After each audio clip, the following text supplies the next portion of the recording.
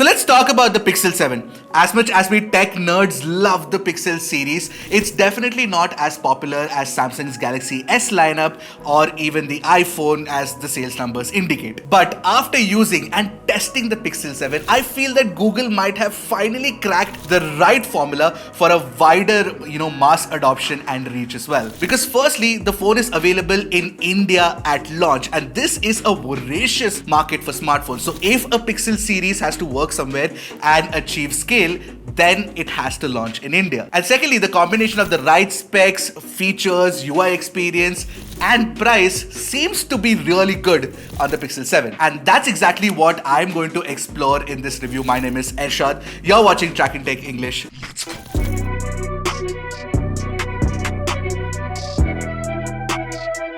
To start off, I like the refinements that Google has brought to the design of the Pixel 7 compared to the Pixel 6 series, which I wasn't really a fan of. Don't get me wrong, it still follows the very same industrial design language with the Robocop visor camera module, but this lemongrass colorway looks very, very good. And the camera module, which was actually made of glass, is now made of aluminum, and it blends with the frame, so it feels like a much more cohesive design. And of course, you've got corning Gorilla Glass Victus on the front and the back as well. The size of the Pixel 7 is what I feel is perfect. It's smaller, slimmer, and lighter than even the Pixel 6 now. The in-hand feel of the phone is fantastic, and the weight distribution is very good as well. It's big enough to accommodate a large screen that works very well for gaming, and it's small enough for it to feel comfortable in your hands. I think it's a perfect Goldilocks size for a smartphone in 2022. Like Sajid had mentioned in our video where we compared, big phones to small phones. If you haven't watched that one yet, go and check it out. It's also smaller than the Pixel 6 because it's got a smaller sized battery inside the phone, and I'll talk more about the battery life in the battery section of the video. And the other thing that you guys need to note is also the fact that you get IP68 protection as well. Now this is a glossy back, and therefore it attracts a lot of fingerprints. But you'll be like, Ershad, I don't see it on this color, which is true. But if you do get the black color like we have on the Pixel 7 Pro, the fingerprints are, easily visible. The one thing I like about the fact that the camera module is actually a strip that runs along the entire back, it doesn't cause too much of a table wobble. Now, before we move on, don't forget to hit the red subscribe button and the bell icon right next to it to get notified whenever we put out an awesome new tech video. And if you like the kind of content that we make, the YouTube algorithm values engagement. So give us a thumbs up if you like it, and maybe even comment below if you have anything awesome to say. Talking about the backing material, I really like the use of frosted glass, which was there on the Pixel 3 XL and the Pixel 4 as well. I think Google should have one variant at least with the frosted glass back. There are 8 plastic strips running all along the edges that actually work as the antenna bands. And I really like the tiny attention to detail where 2 of these strips, align with the camera module's width. Unfortunately, we do not see a similar attention to detail and symmetry because the Type-C port and the speaker is slightly off center, on the bottom edge. Maybe it's just me, but this kind of attention to detail is vital for, a premium smartphone. Talking about the Type-C port, it is a USB 3.2 standard Type-C port. The latest, which is fantastic. Overall, when it comes to the design of the Pixel 7, it is still an A+ for me, and it stands out from the other phones and is distinctly unique as well. But when it comes to the box contents of the phone, you only get a Type-C to Type-C cable and a USB Type-C to Type-A adapter for data transfer, when you're transferring from your old phone to your new phone. So it's sort of like a B+ for me. On the front, you've got a 6.3-inch Full HD Plus OLED panel with 90Hz refresh rate. Of course, you do not get 120Hz refresh rate. And, the high refresh rate setting sort of switches between 60Hz and 90Hz depending on the content that's playing on the screen. Not having 120Hz is not a problem. It's definitely better than the Google Pixel 6a, which offers a 60Hz display at its price. Now, one thing a lot of people were complaining about is that the chin is too big on this flat display. But I think it's like a very tiny little thing that you guys really don't need to worry about, primarily because the Pixel 7's display is tuned really well, and that is what really matters for end user experience. Now this display can reach a peak brightness of 1000 nits when you take it outdoors, and that adaptive brightness starts working, which is basically in high brightness mode, so it's a very bright display outdoors. And when you're playing HDR videos on YouTube and Netflix, it can touch a peak brightness of 1400 in certain local areas as well. And that HDR tuning is done really well. It's pleasant to look at, especially because you do not get any noise in the darker, extreme deep shadow regions, and you do not see any overblown highlights either. And of course, the sRGB color accuracy of the panel in its natural mode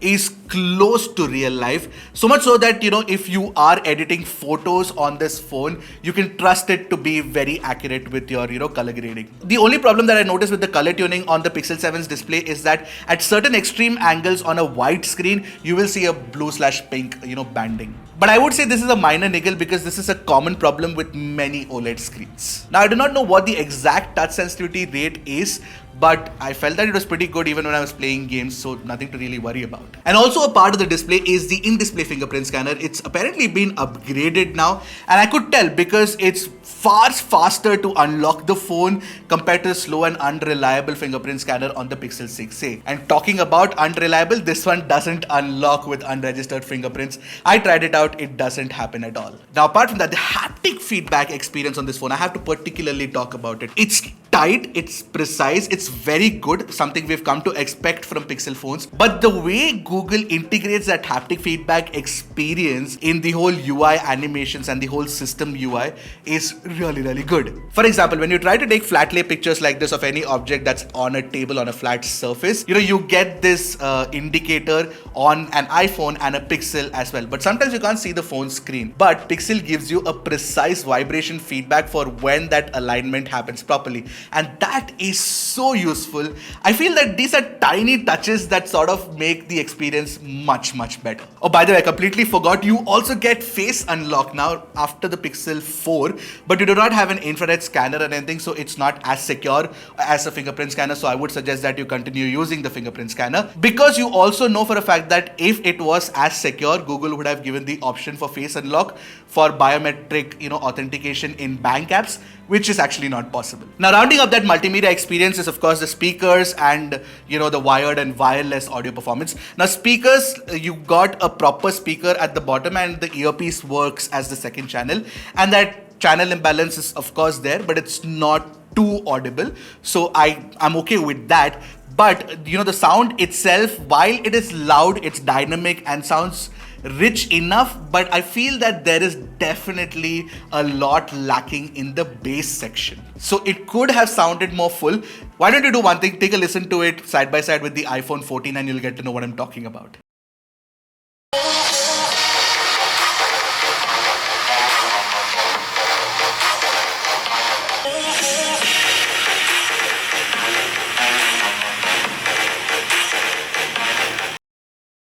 Now, the Pixel 7 could also recognize my Shanling UA2 DAC, and I could, try out my wired, earphones with it, so no problems there. Unlike the Motorola Edge 30 Ultra, which I reviewed earlier, a link should pop up right now. And I also tried the Sony WH-1000 XM5s recently, and it supports the LDAC codec as well. Overall, the audio experience on this phone, barring the fact that, the speakers sound slightly thin, it's really good. Now coming to the camera performance of the Pixel 7, and which is possibly the reason why a lot of folks, prefer this phone. Well, what I'd suggest is that you go and take a look at my detailed camera comparison that I've done, of the Pixel 7 against the iPhone 14, which will give you a clear idea of where it stands. A link to the video should pop up right now. But I know for a fact that a lot of people don't want to watch an entire long video again. The attention span is not there. So let me give you a quick and concise lowdown on, the camera performance of the Pixel 7. Obviously, the primary camera takes nice, sharp pictures, not just of the landscape, but also people. HDR is of course fantastic, but what I noticed is that the deep shadow region noise is still very persistent. Now, this cropped 2x sample is very close to what you can expect from a proper 2x optical zoom, and it looks very sharp. But I think that the S22 and the S22 Plus are slightly more versatile, primarily because they offer a proper 3x telephoto camera. What's particularly improved is the low light processing speed with the new ISP, helping speed up the processing for the night sight algorithm. In fact, now you can control the time you want the shutter to stay open for a longer or a slower exposure. So if you have any moving subjects and if you want to shoot in the night, you can actually capture it without any blur as well.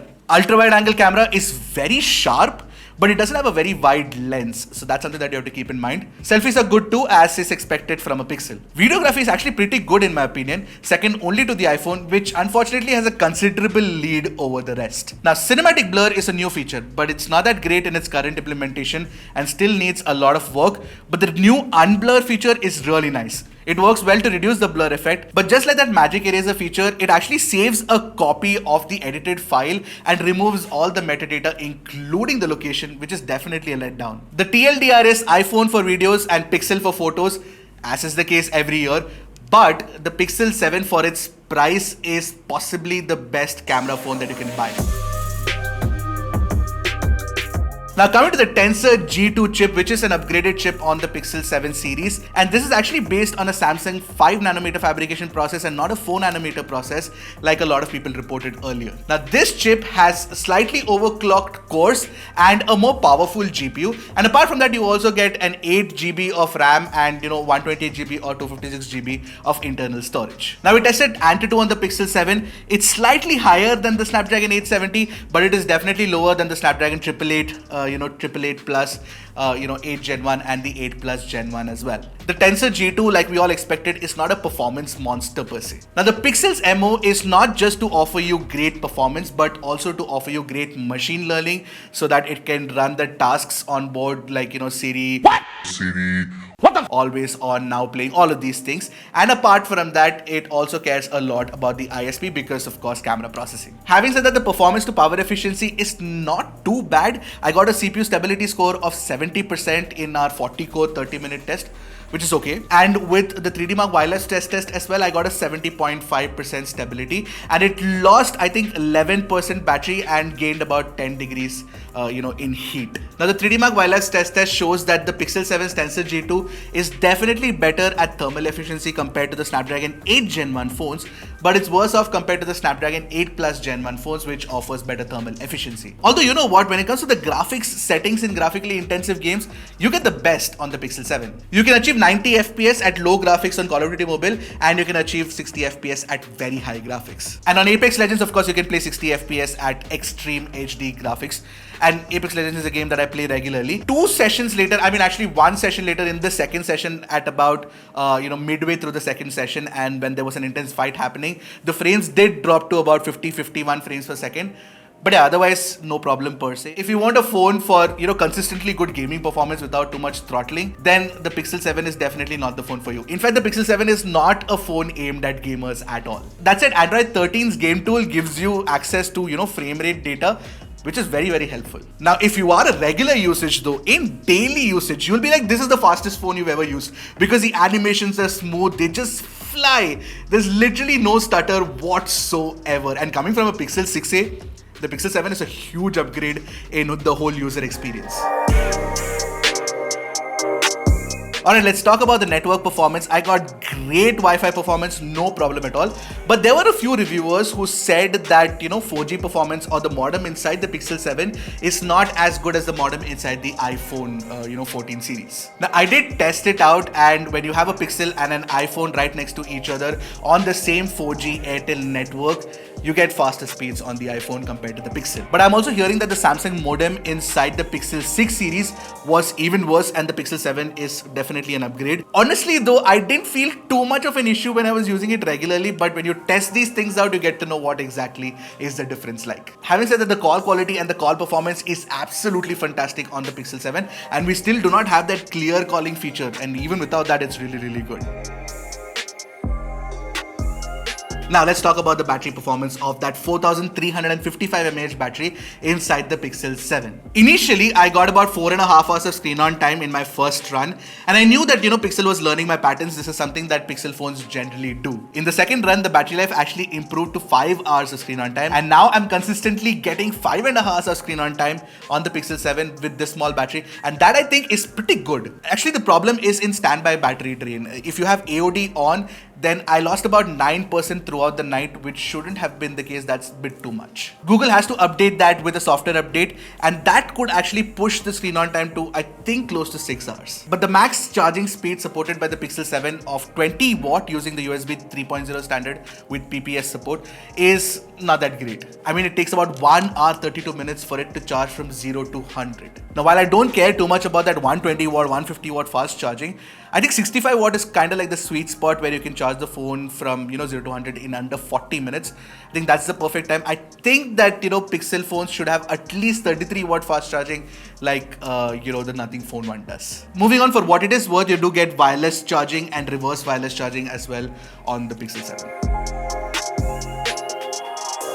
Alright, what defines a Pixel is not just the camera but also the software experience. On the Pixel 7, you get the latest Android 13 software with the latest October security patch as well. And Android 13 is a far more stable software compared to Android 12. So right out of the box, your experience if you have owned a Pixel 6 will be better on the Pixel 7. But there's one problem that I want to particularly highlight is that Google promises 3 years of OS upgrades and 5 years of security, monthly security updates on the Pixel 7. But that's not enough because Google is the flag bearer of Android, and if Samsung is offering you 4 years of software updates on its Galaxy S series phones, then the Pixel should also offer it. But the Pixel software experience is absolutely fantastic. Features like live transcribe, live translate, always on now playing, all of that is so useful. And the bedtime mode has also been slightly tweaked now. It can also detect your coughing and snoring as well. So firstly, you can set a new bedtime routine. Say for example, if you go to sleep at 12 o'clock and get up at 7 o'clock, you can set that. And during that time, the mic listens to you and tells you if you've been coughing or snoring in that period. Now obviously it's not very accurate data that you can use for medical reasons, but at least it will help you identify if you have sleep apnea. If you want something more accurate, I think using a smartwatch will definitely be helpful. Now that we have the Pixel lineup of phones launching properly in India, I think that the Pixel software experience is the one to beat, considering Android 13 with the Pixel UI is actually really good. And Motorola is also trying its best, but it's not even close to the Pixel when it comes to regular software updates. So the Pixel 7 is easily the best Pixel that Google has ever made, especially considering its price of 60,000 rupees, which goes down to 50,000 during the sales.